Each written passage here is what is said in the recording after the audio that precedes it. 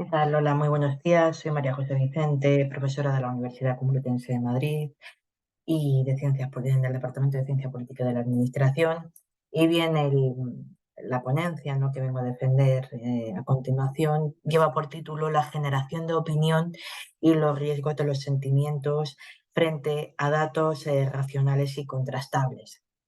Bien, siguiendo la estela, ¿no?, de ponencias anteriores, en las que, pues, más allá del estudio de la generación de la opinión del ciudadano, lo que aquí se estudia es mayoritariamente el auge de ideologías que nos damos a llamar extremistas, de extremistas tomando como tal, pues bien, las evidencias de simpatía del ciudadano a partidos que abracen esta ideología, o bien los datos obtenidos por medio de encuestas o paneles y finalmente en su forma definitiva en la emisión de voto en las diferentes circunscripciones y ámbitos territoriales que les ocupen. De lo que se trata, sobre todo, pues, es de identificar aquellas estrategias de generación de opinión buscando sentimientos frente a la razón y lo contrastable, es valorar qué herramientas son las existentes en este flujo de información con el que se pueden propagar unas determinadas ideas e identificar casos contrastados de fake news. Bien, a raíz del auge, ¿no?, de contenidos fraudulentos en todos los medios, se ha puesto de moda entre aquellos que tienen sentido crítico y cierta dosis de duda, pues el uso de herramientas de fact-checking o de verificación de información. Aunque bien es cierto que en el ámbito de los consumidores de información de una cierta carga ideológica cercana a partidos extremistas, pues no es una práctica tan habitual como en otros espacios del espectro ideológico. Gran parte del éxito de la viralización de contenidos consiste en la facilidad que el receptor tiene de reenviar el contenido a múltiples destinatarios, que contrasta con la dificultad tanto mental como física de poder contrastar los datos y las fuentes para el ciudadano común. Esto es más cierto en el caso de receptores de información que ya parten de un sesgo cognitivo que les hace estar predispuestos a creer el mensaje que reciben sin replantearse quién ha podido crear el mensaje y con qué finalidad. Entonces, dentro de la parte, ¿no?, que estudiamos de sentimientos frente a datos racionales y contrastables, pues bien, cabe señalar que antes de entrar en materia con respecto a algunas tecnologías más o menos concretas, que la estrategia general de partidos políticos y grupos de influencia de los que podemos llamar extremistas, pues consiste grosso modo en apelar a sentimientos de hartazgo, miedo, rabia, entre otros, entre la población objetivo. Esto contrasta con las estrategias de otro tipo de partidos más centrados e inclinados a la izquierda, que apelan más a argumentos, bueno, de la izquierda o de partidos moderados, ¿no? Porque veremos también algunos casos de la izquierda radical. Bueno, pues que en estos planteamientos moderados se apela más a argumentos racionales y a la exposición de datos contrastados. Por supuesto, esto es una generalización a la que se pueden encontrar multitud de contraejemplos. La tendencia sí es clara en este aspecto, que lo veremos a continuación, y es algo que tiene mucha importancia a la hora de valorar el impacto de las nuevas tecnologías en la difusión de los discursos para todos los partidos y generadores de opinión de todo el espectro político.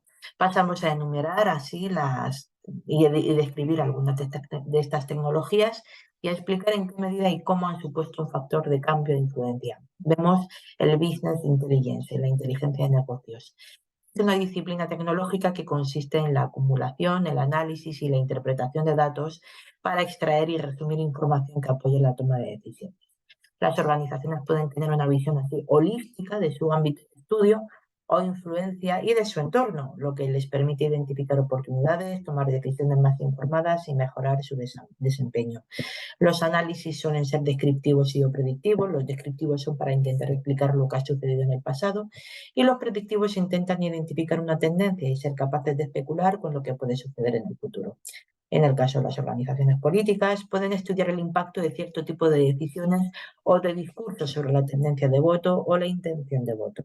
Bien, en la inteligencia artificial, pues bien, hemos visto pues, que es una de las tecnologías de la información que están recibiendo un mayor foco en los medios de comunicación de todos estos tiempos. Ahora los sistemas informáticos son capaces de crear la ilusión de que de que el usuario humano está interactuando con otro usuario humano.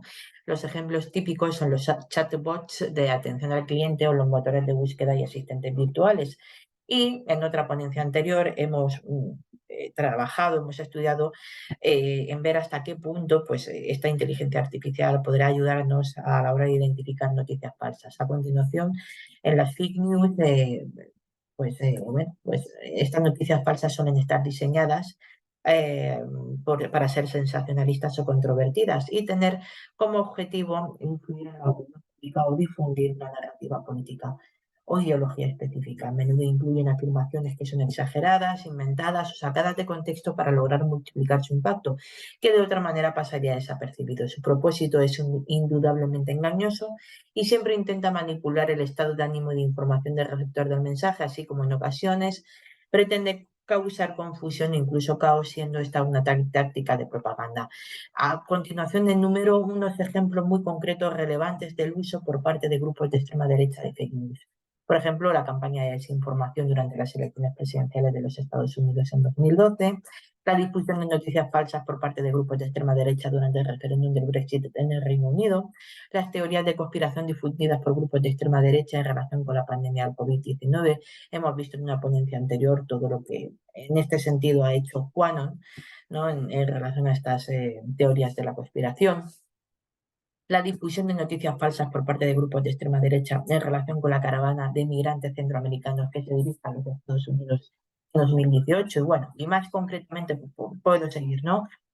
Por ejemplo, la difusión de noticias falsas por parte de grupos de extrema derecha en relación con el movimiento Black Lives Matter en los Estados Unidos. Y bueno, más concretamente en España se compartió información falsa sobre la tasa de criminalidad en Cataluña en un intento de promover una postura anti-inmigración. En 2020, un partido político de extrema derecha publicó información falsa en Twitter sobre la financiación del partido Podemos. En 2018 se difundió la falsa noticia de que un centro de refugiados estaba siendo construido en una zona residencial de Madrid y lo que generó una protesta entre los vecinos. En el año 2019 se difundieron noticias falsas sobre la inmigración, sugiriendo que los inmigrantes estaban recibiendo más ayudas que los ciudadanos españoles. También en el año 2020 se difundió información falsa sobre el supuesto aumento de los delitos sexuales cometidos por inmigrantes en España. También noticias falsas sobre el coronavirus, sugiriendo que la pandemia era una conspiración para controlar a la población y limitar las libertades individuales. Eh, Bien, también podemos seguir con los ejemplos, por supuesto, pero quiero pasar a otra herramienta que son los deepfakes. Los deepfakes, que son un tipo de contenido generado por inteligencia artificial que utiliza técnicas de aprendizaje automático para crear vídeos falsos que parecen reales.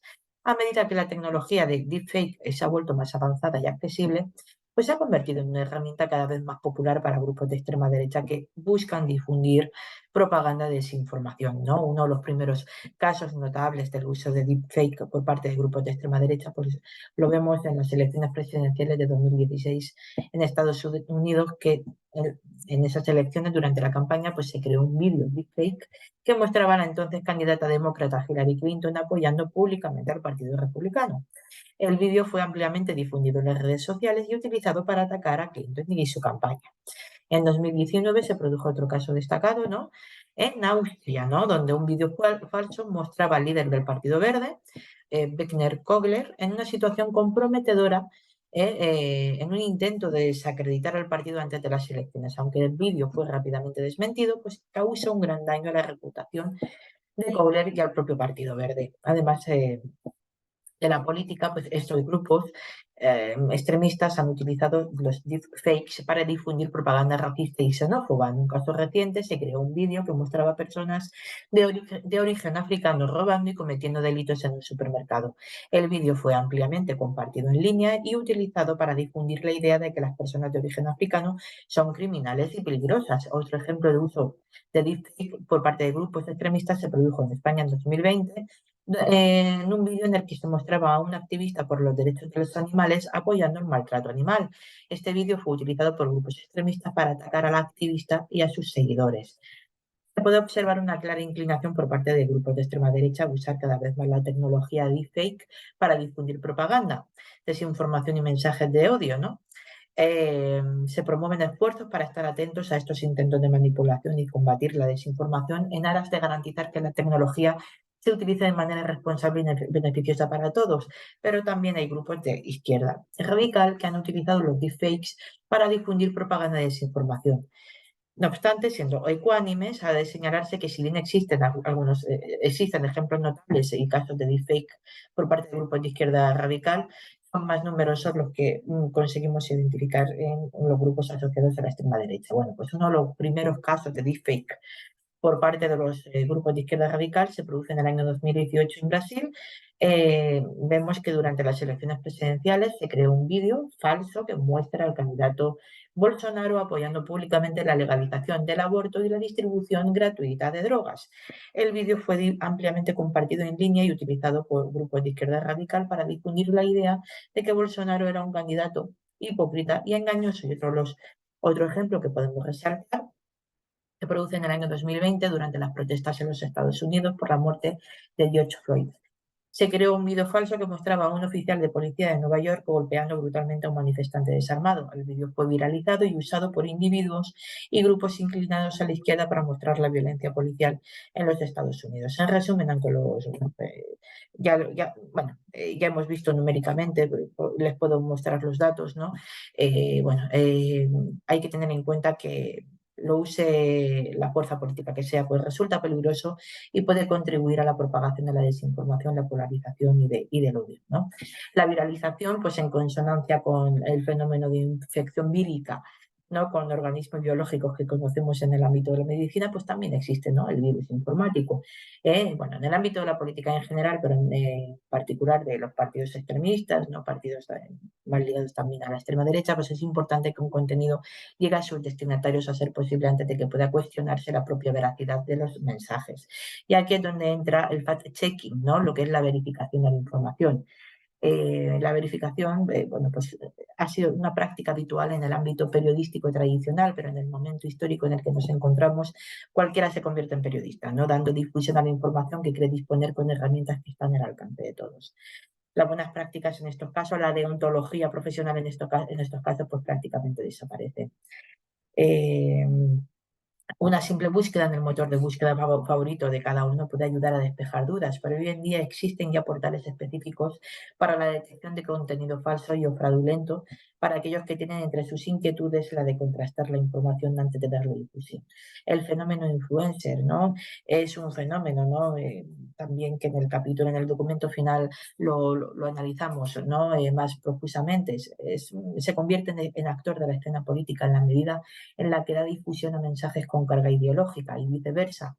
Los actores políticos de relevancia tienen capacidad de propagar sus mensajes solamente en la medida en la que ellos mismos o miembros de su equipo son influencers.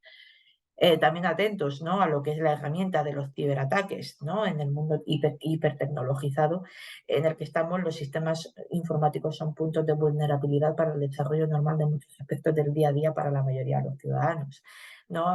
Podemos dar muchos ejemplos, ¿no? Pero bueno, hemos identificado muchos ejemplos de ciberataques encontrando asociaciones con grupos prorrusos, ¿no? Pero también vemos filtración de documentos y correos electrónicos en la red de la canciller Angela Merkel en el año 2015.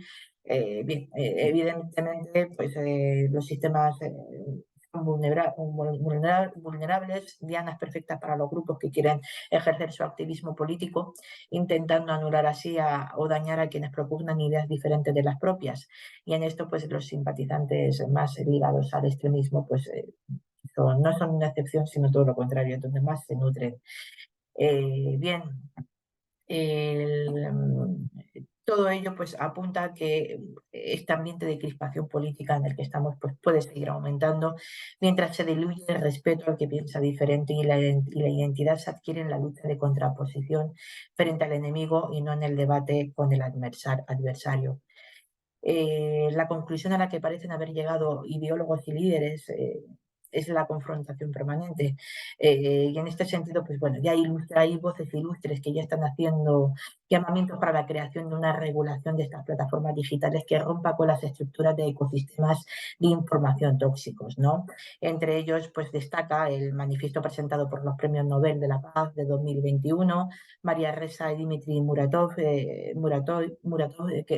refrenda pues en lo que a continuación pues incluso llega a sugerir el mismo Papa Francisco, alertando de lo que domina el síndrome de 1933, en referencia al auge del nazismo de ese año, diciendo que el único antídoto es el conocimiento y la justicia social, ¿no?